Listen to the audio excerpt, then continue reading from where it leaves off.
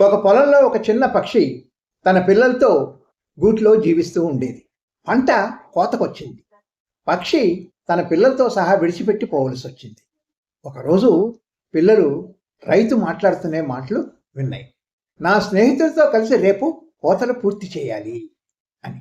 ఆ మాటలు పక్షి పిల్లలు తల్లికి చేరవేశాయి. మనకు ఇక్కడే ఇదే చివరి రోజు, ఈ రాత్రికి వెళ్ళిపోవాలి. తల్లి పక్షి పర్వాలేదులే, రేపు కోతలు జరగవు, భయపడకండి. అలాగే స్నేహితుడు రాలేదు, పంట కోతలు జరగలేదు.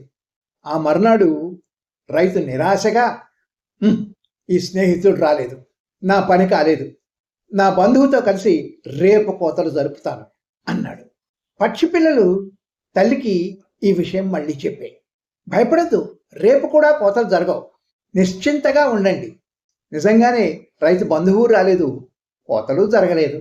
పక్క రోజు రైతు కోపంగా, ఎవ్వరూ రాలేదు, నా స్నేహితుడు రాలేదు, నా బంధువు రాలేదు, నేనే కోతలు జరుపుకుంటాను, వీళ్ళని నమ్ముకుంటే నా పని కాదు అన్నాడు పెద్దగా. మళ్ళీ పిల్లలు ఈ వార్త తల్లికి చేరవేశాయి. తల్లి పక్షి, ఇక మనం ఈ పొలం వదిలి వెళ్ళిపోక తప్పదు అనింది. 2 సార్లు ఏం కాదులే అని ఇప్పుడు వెళ్ళిపోదామంటున్నావే? ఇంతవరకు రైతు ఇతరుల మీద ఆధారపడ్డాడు, ఈసారి తనే రంగంలోకి దిగుతున్నాడు.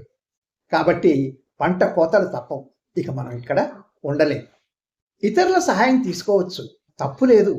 కానీ పని సకాలానికి సక్రమంగా పూర్తి కావాలంటే మనమే కృషి చేయాలి. సొంతగా పని చేసుకునే వాళ్లకు సహాయం కూడా లభిస్తుంది. Good luck.